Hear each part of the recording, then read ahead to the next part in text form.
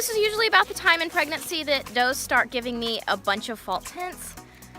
But Blue is being a very boring and honestly very nice doe. And she has not been giving me any false hints. Isn't that right, Dolly? Her legs are still firm. Her udder is barely there. I mean, there's nothing going on. So today I wanted to talk about things I'm preparing for her kids other than the kidding kit that you should really think about before she kids. First of all, you have disbudding. You gotta think about how you're disbudding. If you're disbudding, I'm not gonna get into pros and cons of disbudding, but if you decide to disbud, you should figure it out at least like a few weeks before kidding, because if you wanna do it yourself, you need to order a disbudding iron, or you gotta find somebody that will do it for you. You can have a vet do it, but they're usually way overpriced, and they just wanna take the kid and do what they do. They don't really usually wanna talk about what they actually do. And a lot of vets have kind of sketch practices. They'll do the standard dehorning method, which is scooping out the bud, which is really bad. I mean, they're bleeding everywhere and stuff. Another thing, vets often want to put them to sleep to disbud, and they just don't need it, and goats do not do well under anesthesia. Anyway, if you are not going to disbud yourself, the second best thing you can do, and probably the best thing if it's your first time disbudding, is to find a breeder that will do it for you.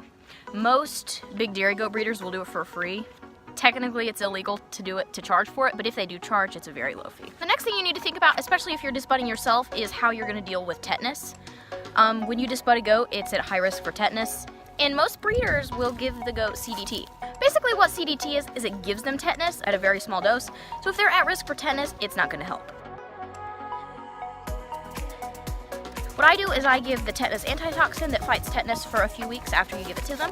And the next thing you want to think about is what you're going to do if your doe doesn't produce milk very well, especially if it's a first timer or if you've never had the doe before.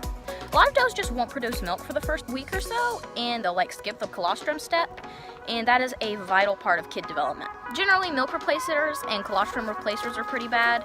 The best thing you can do is freeze colostrum from another doe, but most of like the antibodies and stuff are killed once it's frozen. But it's better than milk for the first 24 hours. If you have another doe kidding at the same time that you know will produce milk, then you're good to go. With Blue, I know her dam, and her dam did fine with colostrum, and I know her grand dam did fine, and I'm also having Dance kidding. I'm guessing Dance will go sooner because she's showing more signs, but I have no idea. So if needed, I will have milk.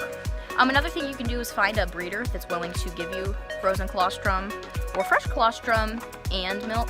Just make sure it's CAE negative. But that's pretty much all. Here's a shot of Blue's udder.